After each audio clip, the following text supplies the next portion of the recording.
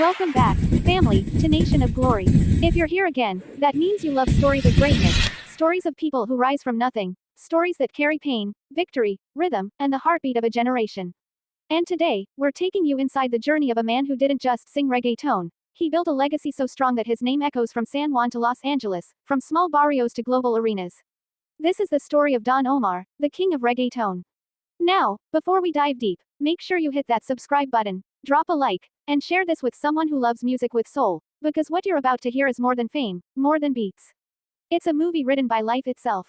Let's roll the reel. He was born William Omar Landrón Rivera, on February 10, 1978, in Carolina, Puerto Rico. But destiny had already whispered something powerful for this young boy, something that even he couldn't imagine. Growing up in the narrow streets, surrounded by rhythms of salsa, merengue, and gospel, Omar was just like any kid, curious, restless, dreaming. Yet life was not easy. Puerto Rico in the late 80s was a mix of color and chaos, poverty in the corners, but music in the air. He grew up watching people struggle but also smile through it, because rhythm was their language, and survival was their art. From a young age, he was drawn to sound. Not just music, sound. He used to say, "I could hear stories in every beat." And that's how it began. Before he was Don Omar, the world-famous reggaeton star, he was just William, a church boy, singing hymns in the choir, finding peace in the echo of voices that lifted hearts higher. Imagine that, the same voice that would one day shake stadiums began in the quiet corners of a church. But fate had other plans. Like many young men, he had to make choices, some that brought light, and some that brought pain. The streets were tough, opportunities were rare, and dreams didn't always pay the bills. He left the church. He wandered. He faced the world head on, trying to find his place between faith and fire, between destiny and doubt. That's when he found reggaeton, a sound born from rebellion, from struggle, from joy. Back then, reggaeton wasn't the global movement it is today. It was underground, the rhythm of the poor, the unheard, the invisible. But William saw something divine in it. He saw stories. He saw a way to speak to the people who never felt represented in the glamorous pop world. He took the name Don Omar, a name that carried respect, pride, and heritage.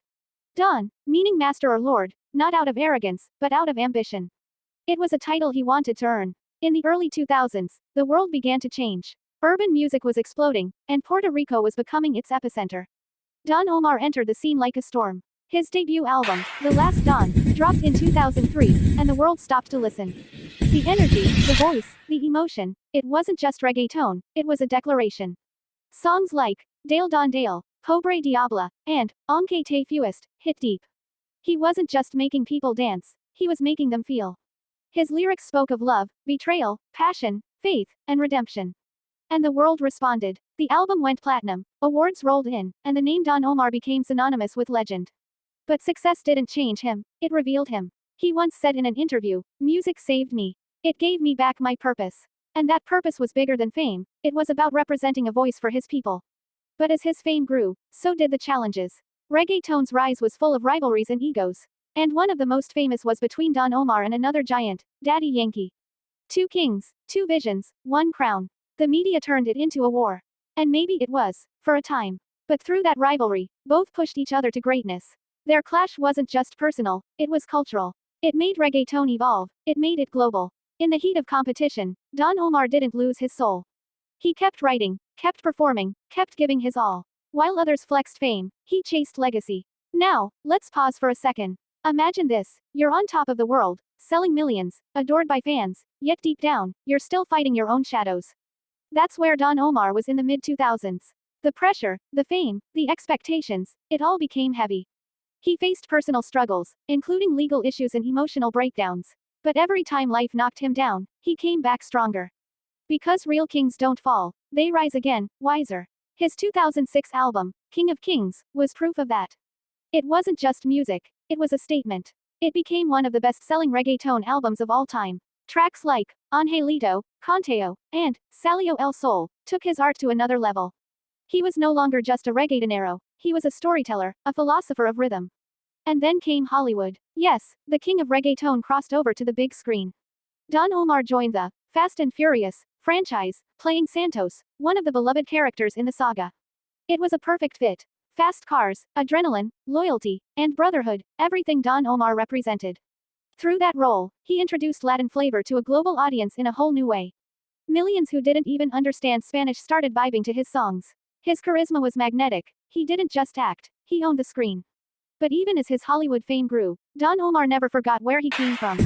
He would return to Puerto Rico, walk the streets, meet fans, visit communities, give back, because he always said, you can't lead a kingdom if you forget your roots. Over the years, his music continued to evolve. He experimented with styles, blended sounds, mixed trap, pop, and reggaeton. But his core remained the same: powerful vocals, deep storytelling, and emotion that cuts through language barriers. Even when new generations of artists emerged, Bad Bunny, J Balvin, Ozuna, they all acknowledged one truth: Don Omar opened the doors for them.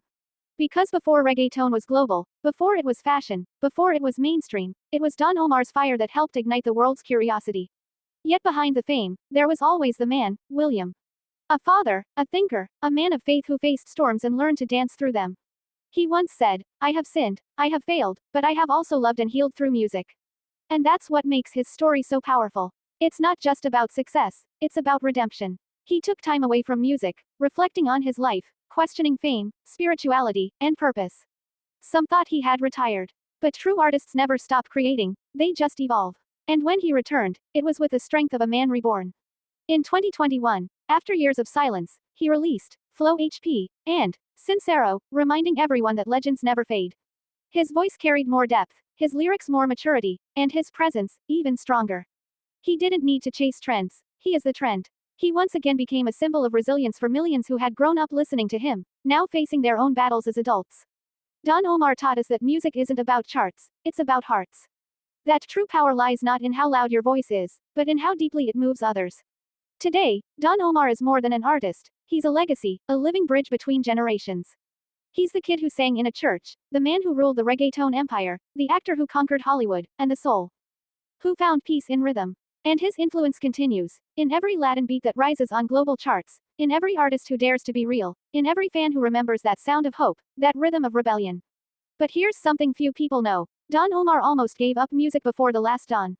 He was tired, broke, and heartbroken. He once confessed that he thought his destiny was lost. But one night, sitting alone with his thoughts, he heard a melody in his mind, a rhythm that refused to die. He wrote, he sang, and the rest became history. That moment of faith changed everything. So, if you're watching this right now, wondering if your dream is too far, too late, or too broken, remember Don Omar's story. Remember that your worst night might be the birthplace of your biggest miracle. He showed the world that success isn't about being perfect, it's about being persistent. Let's talk about something else: his live performances. If you've ever seen Don Omar perform, you know it's not just a concert, it's an experience.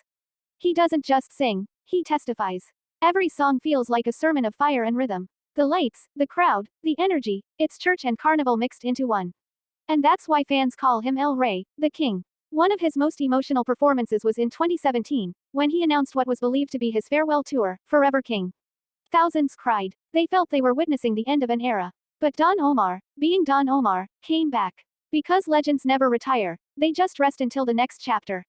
And speaking of chapters, his comeback in recent years is nothing short of cinematic. He's collaborating again, exploring new genres, and using his platform to inspire new artists. He talks about mental health, peace, and purpose, things that young fans need to hear. He's proof that you can be a giant and still be human. He's proof that reggaeton isn't just about beats, it's about stories, and each drumbeat carries a piece of a nation's soul. Don Omar's story is a mirror for anyone who's ever dreamed big. He came from humble beginnings, faced rejection, built empires, fell, and rebuilt again. He's a living symbol of Latin pride, a reminder that art from the streets can conquer the world. He broke language barriers before translation apps existed, and made people dance to words they didn't even understand, because emotion is universal. His journey teaches one of life's greatest truths. It's not where you start that defines you. It's how you rise every time you fall. And maybe that's why even today, when that first beat of Dale Don Dale drops at a party, everyone, from teenagers to their parents, jumps like it's 2003 all over again. Because Don Omar's music doesn't age. It's timeless. He once said, "I'm not chasing hits anymore. I'm chasing history." And looking at his legacy, it's clear, he caught it. As we wrap up this story, let's remember, William Omar Landrón Rivera, known as Don Omar, is more than a musician. He's a storyteller, a survivor, a king crowned not by fame, but by the hearts he's touched. From church choirs to sold-out stadiums, from pain to glory, his life reminds us that rhythm is resistance, that music heals, and that purpose is the loudest song of all. So next time you hear his voice, remember, it's not just reggaeton, it's a heartbeat of generations. It's the sound of Puerto Rico, the sound of struggle, the sound of glory. Thank you for watching Nation of Glory. If this story inspired you, make sure to subscribe, like, and share this video with your friends, because stories like these deserve to be heard. We'll see you in the next one, with another legend, another dream, another journey. Until then, keep your heart alive, keep your rhythm strong, and remember, glory belongs to those who never give up. This is Nation of Glory, signing off.